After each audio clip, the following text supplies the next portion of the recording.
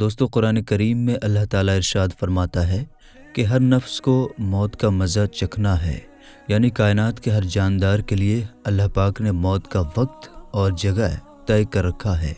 اس سے کسی کو چھٹکارا نہیں ملے گا اور نہ ہی کوئی اس سے بھاگ سکے گا۔ اس لیے ابلیس شیطان کو بھی ایک دن موت آئے گی، لیکن وہ دن کون سا ہوگا، کون ابلیس کو موت دے گا، اور کیا شیطان کو موت کے وقت تکلیف ہوگی، اور شیطان کی قبر کہاں بنائی جائے گی، شیطان کتنے سالوں تک موت کی نیند سویا رہے گا۔ دوستو آج ہم انہی سارے سوالات کے جوابات قرآن و حدیث کی روشنی میں دیں گے۔ میرے دوستو، جب شیطان مردود کو اللہ تبارک و تعالیٰ نے جنت سے نکال دیا تو اس نے اللہ تعالیٰ سے قیامت تک کی مہلت مانگی کہ قیامت سے پہلے مجھے موت نہ آئے، لیکن اللہ پاک نے اسے ایک خاص وقت تک مہلت دی، جسے قرآن کریم کی سورہ حجر کی آیت نمبر 36 اور 38 میں یوں بیان فرمایا گیا ہے۔ اس نے کہا، اے پروردگار، لوگوں کے زندہ کیے جانے تک مجھے مہلت دے۔ اللہ تبارک و تعالیٰ نے ارشاد فرمایا، تجھے مہلت دی جاتی ہے وقت معلوم تک کے لیے۔ دوستو، وقت معلوم کو مفسرین نے نفخہ اولا لکھا ہے، یعنی جب حضرت اسرافیل علیہ السلام پہلی بار سور پھونکیں گے۔ دوستو، قیامت کی نشانیاں جب پوری ہو جائیں گی تو مومنوں کے بغلوں کے نیچے سے ایک پیاری خوشبودار ہوا گزرے گی، جس سے تمام ایمان والے وفات پا جائیں گے، اور پھر اس کے بعد 40 سال کا زمانہ گزرے گا کہ جس میں کوئی بچہ بھی پیدا نہیں ہوگا، یعنی ہر انسان کی عمر کم سے کم 40 سال ہوگی، اور مسلمان چونکہ مر چکے ہوں گے اس لیے زمین پر صرف مشرک و کفار رہ جائیں گے۔ تفسیر در منصور جلد 5 صفحہ نمبر 71 پر لکھا ہے کہ جب مومنین کی وفات کو 40 سال گزر چکے ہوں گے تو پھر حضرت اسرافیل علیہ السلام پہلی بار سور پھونکیں گے، جسے نفخہ اولا بھی کہتے ہیں۔ شروع میں اس کی آواز اتنی کم ہوگی کہ لوگ کان لگا کر سنیں گے، پھر یہ بڑھتی بڑھتی اتنی زیادہ ہو جائے گی کہ کانوں کے پردے پھٹ جائیں گے، ان کے نتھنوں سے پیپ بہنا شروع ہو جائیں گے اور لوگ مر جائیں گے۔ انسان، جن، فرشتے، یہاں تک کہ شیطان ابلیس کو بھی اس نفخہ اولا کے وقت موت آئے گی۔ اس کے 40 سال بعد حضرت اسرافیل علیہ السلام دوسری بار سور پھونکیں گے تو پھر تمام مردے زندہ ہو جائیں گے اور قیامت قائم ہوگی اور میزان لگے گا، یعنی نفخہ اولا کے وقت ابلیس کو موت آئے گی، اور نفخہ اولا اور نفخہ ثانیہ کے بیچ 40 سال کا وقت ہوگا، اور یہ ابلیس 40 سال تک مردہ رہے گا۔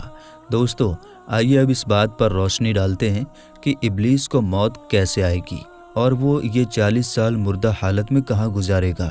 اس سلسلے میں حضرت کعب بن احبار رضی اللہ تعالی عنہ کی ایک مشہور روایت پیش کرتے ہیں۔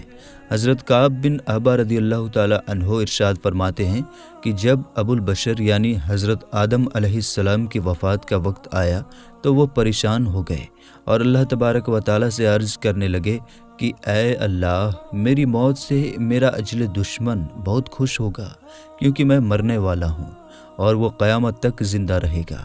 اسی وقت ملک الموت حضرت آدم علیہ السلام کی خدمت میں حاضر ہوئے اور فرمایا، اے ابو الآدم، آپ علیہ السلام وفات کے بعد جنت میں رہیں گے، جبکہ ابلیس قیامت تک دنیا میں رہے گا، اور پھر قیامت سے 40 سال پہلے اس کو ایسی موت آئے گی کہ وہ پوری دنیا کے انسانوں جتنی موت تکلیف برداشت کرے گا، اور پھر جہنم ہی اس کا ٹھکانہ ہوگا۔ حضرت کعب رضی اللہ تعالی عنہ اور ارشاد فرماتے ہیں کہ حضرت آدم علیہ السلام ملک الموت سے فرمانے لگے کہ مجھے ابلیس کی موت کا منظر بیان کرو۔ ملک الموت علیہ السلام نے ابلیس کی موت کا حال بیان کرنا شروع کیا تو وہ اتنی دردناک موت تھی کہ حضرت آدم علیہ السلام اپنے آنسوؤں پر قابو نہ رکھ سکے۔ لوگ حضرت کعب بن احبار رضی اللہ تعالی عنہ سے عرض کرنے لگے، ہمیں بھی ابلیس کی موت کا کچھ منظر بیان کریں۔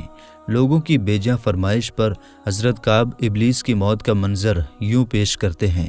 اللہ تبارک و تعالی ملک الموت سے فرمائے گا، میرے غضب اور غصے کا لباس پہن کر جاؤ، ابلیس کی روح قبض کرو اور ابلیس سے تمام انسانوں اور جنوں سے زیادہ سختی کرنا۔ جب ملک الموت علیہ السلام غضب و غصے سے بھر کر بہت سے فرشتوں کے ساتھ ابلیس کی روح کو قبض کرنے آئیں گے تو جو بھی آسمان اور زمین میں سے ان کو دیکھ لے گا وہ فوراً ہی مر جائے گا۔ جب ملک الموت علیہ السلام ابلیس کے پاس پہنچیں گے تو وہ دہاڑے مار مار کر روئے گا، پھر شیطان کو موت کی تکلیف دی جائے گی جو کہ ساری مخلوق کی موت کی تکلیف سے بھی زیادہ ہوگی۔ ابلیس گھبرا کر مشرق کی طرف بھاگے گا اور کبھی مغرب کی طرف بھاگے گا، لیکن ہر طرف اپنے سامنے ملک الموت علیہ السلام کو پائے گا۔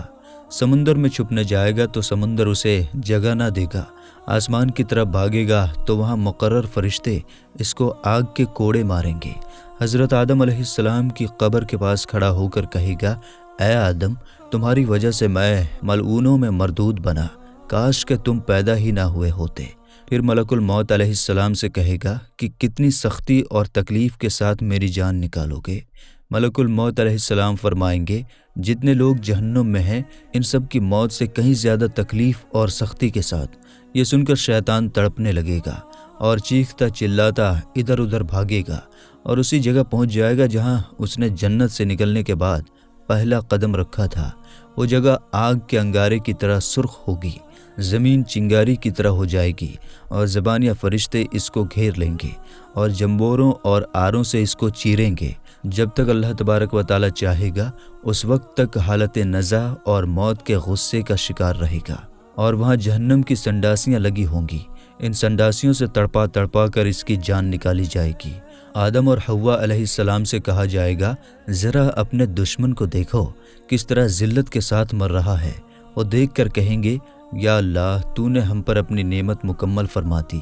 دوستو، انہی جہنمی گڈھوں میں ابلیس 40 سال تک مردہ رہے گا اور یہی اس کی قبر ہوگی۔ پھر 40 سال بعد دوبارہ حضرت اسرافیل علیہ السلام سور پھونکیں گے تو تمام مردے زندہ ہو جائیں گے اور حساب و کتاب کا عمل شروع ہوگا۔ دوستو، اس کائنات کی ہر چیز فنا ہونے والی ہے، اگر کوئی رہے گا تو وہ صرف اللہ تبارک و تعالیٰ کی ذات ہے۔ بس ہمیں ہر وقت تیار رہنا چاہیے کہ کیا پتہ کہ کب کون سی گھڑی ہماری اس دنیا میں آخری ہو اور پھر ہمارے پاس پچھتاوے کے علاوہ کچھ باقی نہ رہے۔ دوستو، آخر میں آپ سب سے میری ایک چھوٹی سی گزارش یہ ہے کہ ہم سے اور آپ سے جانے انجانے میں ہماری زبان سے کچھ ایسے الفاظ نکل جاتے ہیں کہ جس سے ہمارا ایمان چلا جاتا ہے اور ہمیں ایمان جانے کی خبر بھی نہیں ہوتی، کیونکہ ہم اپنے کام میں اتنے مشغول ہوتے ہیں کہ ہمیں پتہ ہی نہیں چلتا۔ اس لیے میرے دوستو، ہمیں اور آپ کو چاہیے کہ ہم اللہ تعالیٰ کی بارگاہ میں توبہ استغفار کرتے رہیں۔ بے شک اللہ تعالیٰ ہماری توبہ کو قبول فرمانے والا ہے۔ تو آئیے ہم سب مل کر پڑھ لیتے ہیں، استغفر اللہ ربی من کل ذنب واتوب الیہ۔ اللہ تبارک و تعالی سے دعا ہے کہ اللہ تبارک و تعالی ہمیں آخرت کی تیاری کرنے، نیک اعمال کرنے اور گناہوں سے بچنے کی توفیق عطا فرمائے، آمین۔ دوستو، ہم ملتے ہیں پھر اگلی ویڈیو میں انشاءاللہ تعالی۔ السلام علیکم، اللہ حافظ۔